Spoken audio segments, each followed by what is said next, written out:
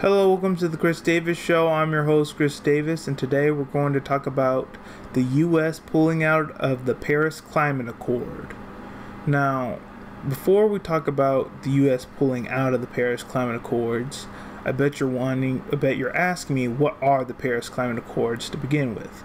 Well, the Paris Climate Accords is a pact with 196 countries that acknowledge that global warming is real, and if the whole world does not cooperate very soon, the effects and the consequences of it are irreversible.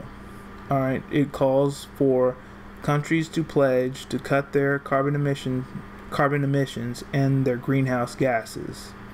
It also asks them to help nation islands who are threatened by rising sea levels. The sea levels continues to rise at the rate that they are. These island nations can be flooded by the rising sea levels.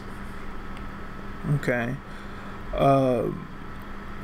Trump has pulled out of the Paris Climate Accords, despite protests from Kushner and Ivanka, despite protests from Exxon, Chevron, British Petroleum, and other U.S. companies. Despite them saying stay in the Paris Climate Accords, Trump decided to listen to his political chief strategist, Steve Bannon, and continue with his campaign promises of America first and the rest of the world last.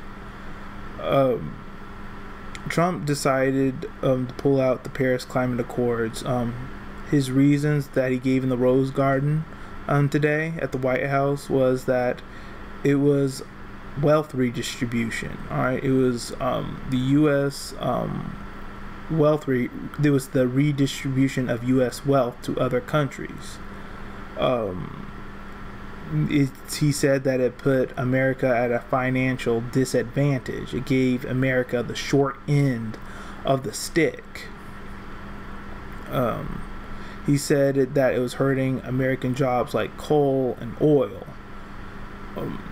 But if Trump really cares about jobs, he should stay in the Paris Climate Accords, all right? Because there he can work with other nations on perfecting clean energy, solar, wind, and geothermal.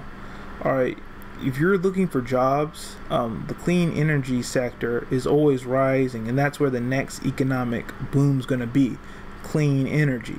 And ExxonMobil and these other companies wanted Trump to stay in the Paris Climate Accords so America could continue to be the leader to clean energy.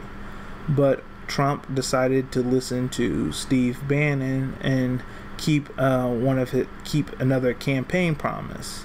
All right, Steve Bannon's strategy for Trump is simple. All right, if you keep your base happy, you have a chance of re-election in 2020, and that's what Trump has been doing in his presidency so far. So, building that Keystone Pipeline, trying to repeal and replace Obamacare. His bill got past the House, it still has to get through the Senate. He tried his travel ban, which was actually a Muslim ban. He was threatening to leave NATO, which caused a real rift between the U.S. and its allies. He didn't do it, but at NATO, he was telling the other countries they need to meet their financial obligations. And it's very important to stay in NATO. It's a transatlantic relationship that simply states an attack on one is an attack on all. So if someone attacks someone who is a part of NATO, we'll help them. But if someone attacks us, they're going to help us. So it works both ways. And Trump threatening that just puts a real rift between the U.S. and its allies. Pulling out of the Paris Climate Accords does that as well. Now, in the Rose Garden, when Trump was giving his speech about pulling out of the Paris Climate Accords, he was still promising that we're going to have clean air and clean water. how are you really going to do that when you've pulled out of the Paris Climate Accords? When in your budget that you proposed, that when in the budget that you proposed, you're gonna slash the EPA regulations by 31%. All right. Sooner or later, we're gonna have places like Flint, Michigan, where the water system is filled with lead. Okay, so that's all that's all we have for today. Let me know in the comment section below. Should we have stayed in the Paris Climate Accord?